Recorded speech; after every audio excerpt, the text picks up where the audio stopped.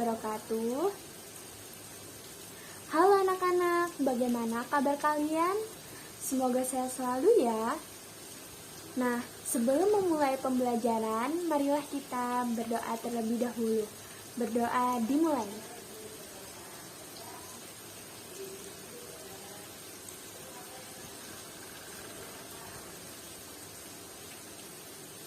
Selesai. Nah, pada pembelajaran kali ini, kalian akan mempelajari tentang teks fiksi. Nah, pada pembelajaran sebelumnya, kalian sudah pernah mempelajari teks fiksi. Apa itu teks fiksi? Fiksi sendiri artinya khayalan. Nah, teks fiksi adalah karangan yang dibuat oleh pengarangnya berdasarkan khayalan atau berdasarkan rekaan pengarangnya, bukan kenyataannya. Nah, apa saja sih jenis-jenis cerita fiksi? Jenis cerita fiksi yang pertama yaitu cerita pendek. Yang kedua ada dongeng. Yang ketiga ada fabel. Yang keempat ada novel. Nah, selanjutnya ciri-ciri cerita fiksi. Yang pertama, ciri-ciri cerita fiksi yaitu cerita yang berdasarkan cerita rekaan atau cerita nyata. Pengarang juga bisa mengurangi atau menambahkan suatu cerita di dalam teks fiksi.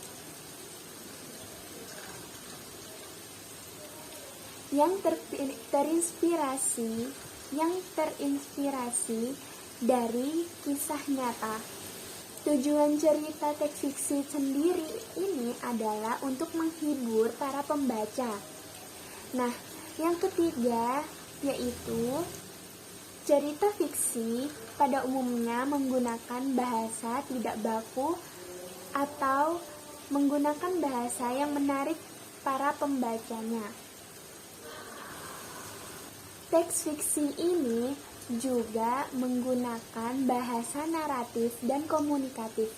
Yang dimaksud dari naratif dan komunikatif ini yaitu teks fiksi yang mudah menggunakan bahasa yang mudah dipahami. Nah, selanjutnya cerita fiksi ini biasanya menggunakan alur yang menarik.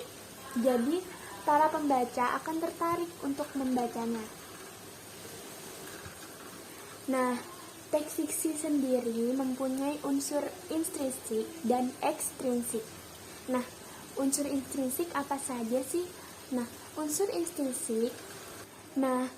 intrinsik sendiri yaitu terdiri dari tema, tokoh, sudut pandang, latar waktu, alur cerita, bahasa, dan amanat. Selanjutnya, unsur ekstrinsik.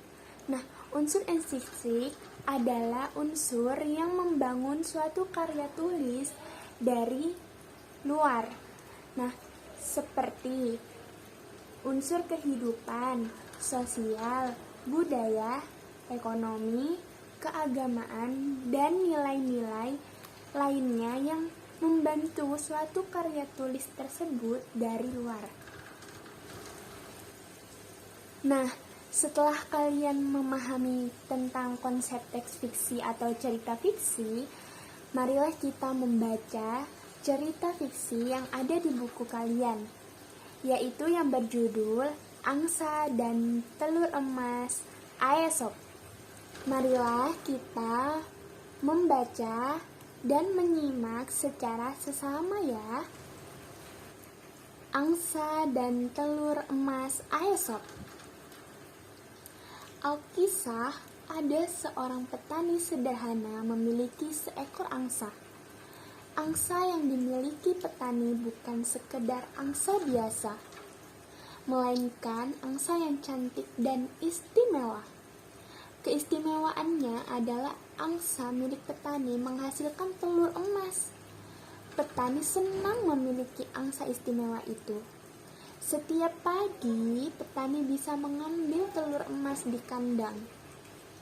Petani membawa telur emas dari angsa miliknya ke pasar. Petani menjual telur emas dengan harga tinggi. Dalam waktu singkat, petani berubah menjadi kaya. Kekayaan ternyata tidak membuat petani lebih bersyukur dan tetap rendah hati. Sebaliknya, kekayaan membuat petani serakah. Petani menginginkan angsa bisa menghasilkan telur emas lebih banyak lagi dalam waktu singkat. Petani tidak sabar dan ingin cepat menjadi orang kaya raya. Ketidaksabaran petani terhadap angsa miliknya muncul karena angsa hanya memberikan sebuah telur setiap hari. Petani merasa dia tidak akan cepat menjadi kaya dengan cara begitu. Setiap hari sepulang dari pasar, petani menghitung uangnya. Suatu hari, setelah menghitung uangnya, sebuah gagasan muncul di kepala petani. Petani berpikir bahwa ia akan mendapatkan semua telur emas dalam diri angsa sekaligus dengan cara memotong angsa. Gagasan petani pun dilaksanakan. Betapa kaget dan sedihnya petani ketika tidak menemukan satu telur pun dalam perut angsa. Angsa istimewanya terlanjur mati dipotong. Hanya penyesalan yang bisa petani rasakan saat ini.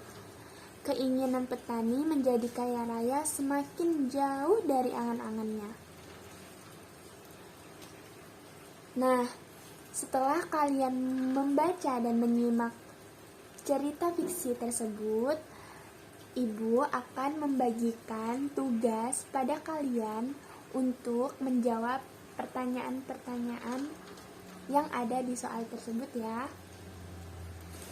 Setelah kalian membaca dan menyimak cerita fiksi yang berjudul Angsa dan Telur Emas Aesop, maka selanjutnya silahkan kalian kerjakan tugas soal tanya jawab yang sudah Ibu berikan.